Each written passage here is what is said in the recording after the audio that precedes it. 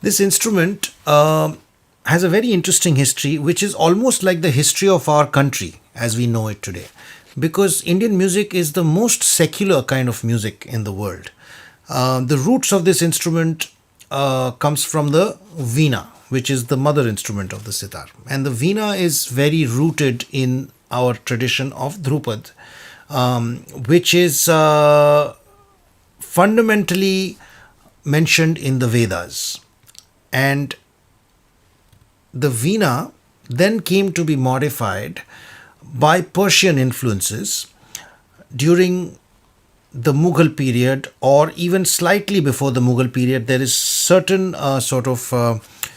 controversy regarding who was the actual inventor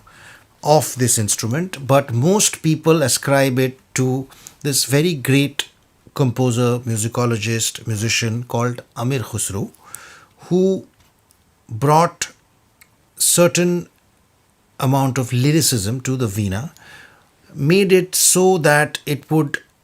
lend itself to a more lyrical style of playing, more to ornamentation which was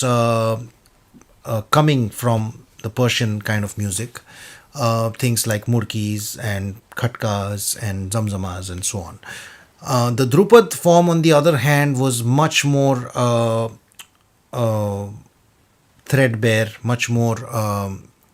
sort of, the ornaments were much more carefully regulated. So the veena, which essentially had high bottom ends,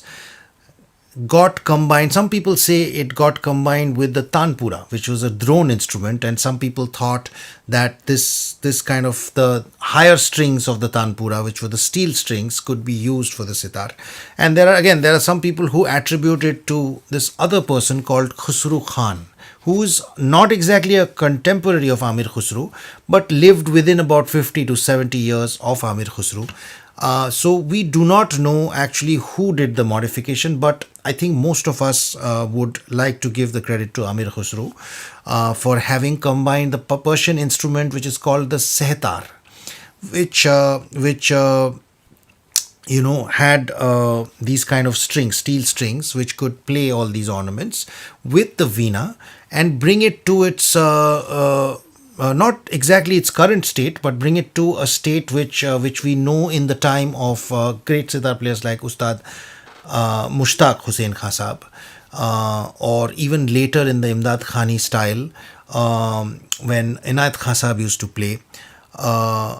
Later on, Ustad Vilayat Khan from the Imdad Khani style modified it into the Gandhar Pancham variety, where he wanted to have, when he strummed the sitar, he wanted to have this harmonic reference. And Pandit Ravi Shankar ji brought it back to its slightly veena form,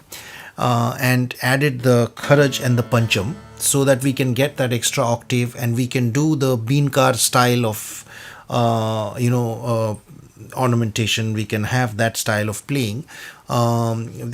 As in the Drupad style, there are four banis: the Dagar bani, the Gauhar bani, the Khandar bani, and the Nahar bani. So some of that can be played on the sitar as well. And it has this other instrument which is almost like a big brother called the surbar, where you can play more of the Drupad style. So it's a very interesting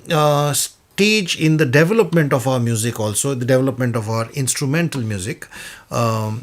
because it almost stands for a metamorphosis which is constant in our music, and even to this day it is evolving into different forms. For instance, these machine heads, which I had at one point suggested to my maker Hiran Roy and Sons, suggested to him to replace the traditional pegs with machine heads just in this part, to reduce the length of the sitar, and also to kind of flatten the sound box at the base and put two tablis instead of one, and make it something which is a little smaller,